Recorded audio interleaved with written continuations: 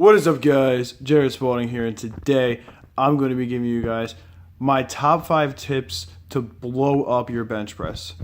Now, obviously, if you've seen my videos, you know I'm not by any means the strongest bencher in the world, the most qualified, anything like that. But just like you guys, I have a life outside of powerlifting.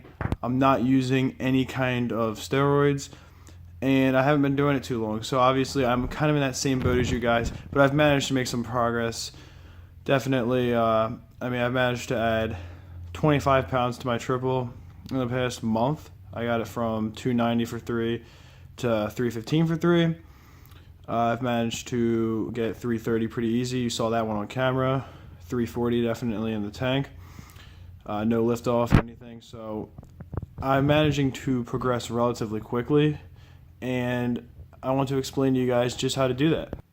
So my first tip is to take everything you do before benching very seriously.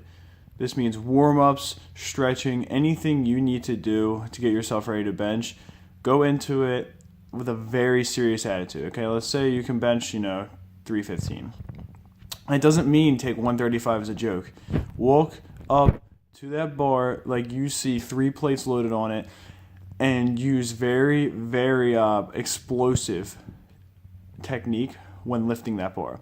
Don't just kind of like pick it up and then flop it around a couple of reps, because what's even the point of warming up then? You might as well just go in and go for your 1 rep max right there on the spot, right? Warming up is meant to allow you to get blood into the muscle, allow you to feel the weight, get your nervous system ready for more weight.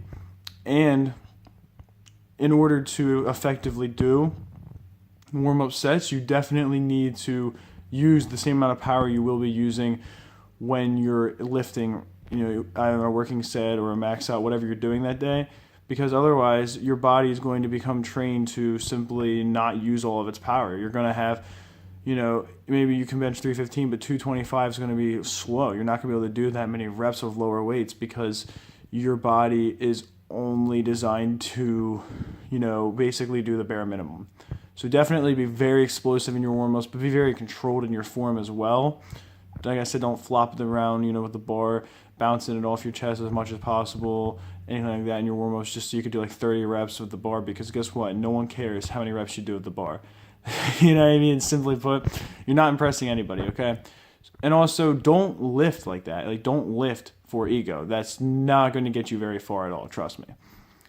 Now, number 2 is to make sure you target every single muscle involved in the bench press. I've had many people, ask me what they can do to get a better bench, and when I ask them about their programming, biggest thing I always see is they basically aren't incorporating doing workouts that incorporate every single muscle involved on the bench. Okay, and that doesn't mean you have to do it all in one day. It takes me 3 days out of the week to do all that different training.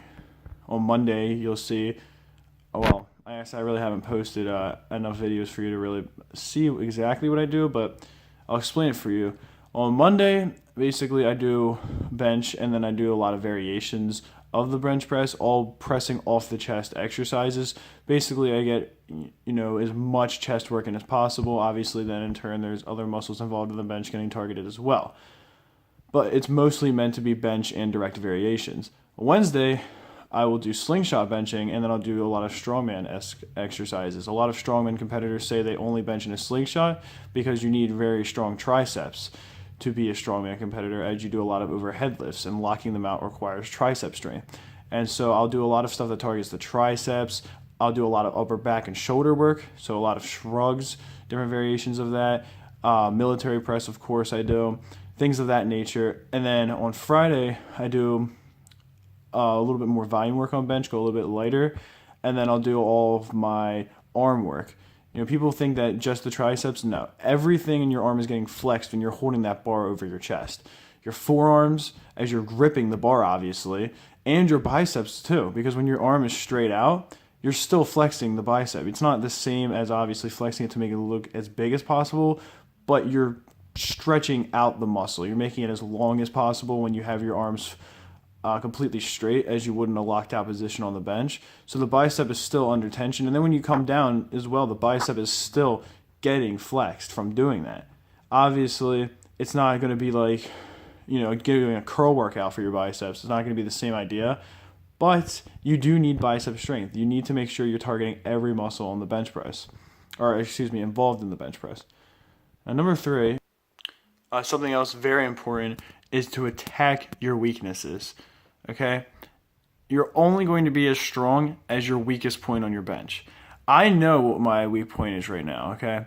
It used to be right off the chest was my weak point, but in more recent times, it's actually become about halfway up, and you'll see that sticking point. If you watch my most recent bench video, for example, you'll see the rep comes off the chest relatively fast. About halfway up, I really struggle, really grind, and then the rest of the way, it locks out pretty fast. And I've actually noticed that when benching, the first rep sometimes also feels harder, which is a problem that I'm still going to have to address with myself. So just find your different weaknesses on the lift, address them, and attack them, okay?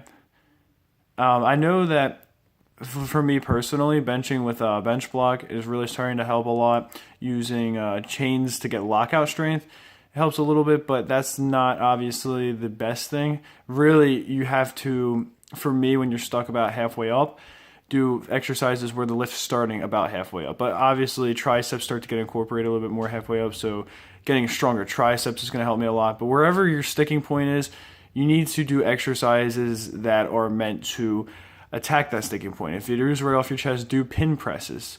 Do a lot of pause work, things like that that'll help the muscles at the bottom, and do a lot of chest work as well, just in general, because the chest is getting activated the most at the bottom. In the middle, like I said, bench block work, a little bit of tricep, a little bit of chest, that's kind of like in between.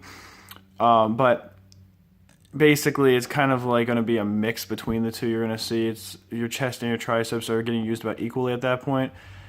But do a lot of work that starts the lift at that point so that you can actually overload a little bit more since you're not doing a full range of motion rep. But then also you're starting at your weakest point on the bench. So that's going to feel very tough at the bottom. It's going to get easier at the top. And then if your sticking point is at the top, which is kind of rare, but if that's the case, just do a lot of tricep work. If you can get chains, or if you go to a gym that has chains, use those.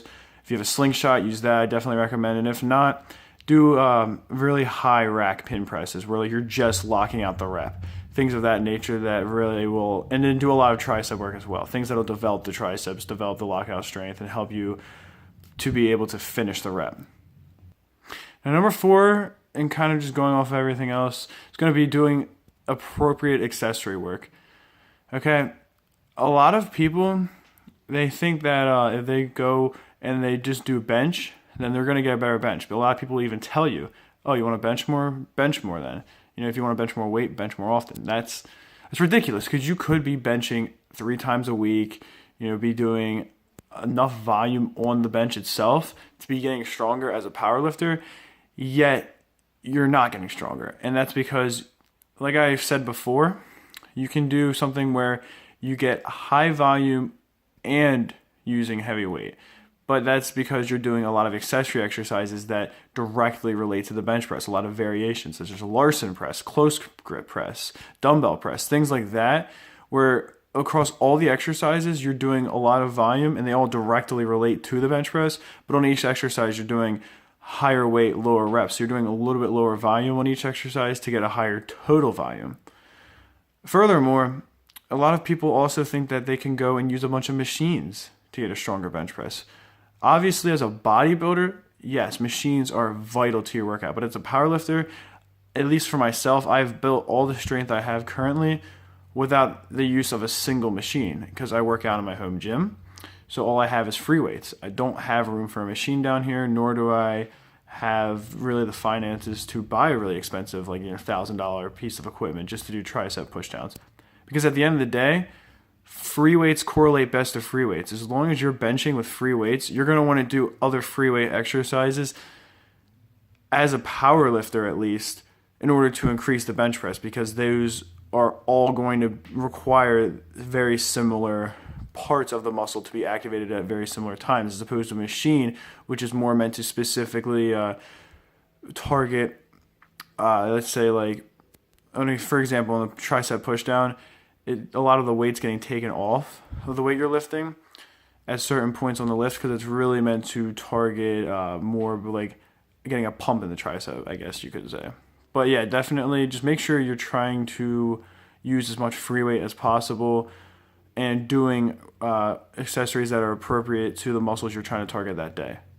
Now, my last tip is going to be a little bit less about in the gym, a little bit more about the rest of your life, and that's going to be consistency as well as caring.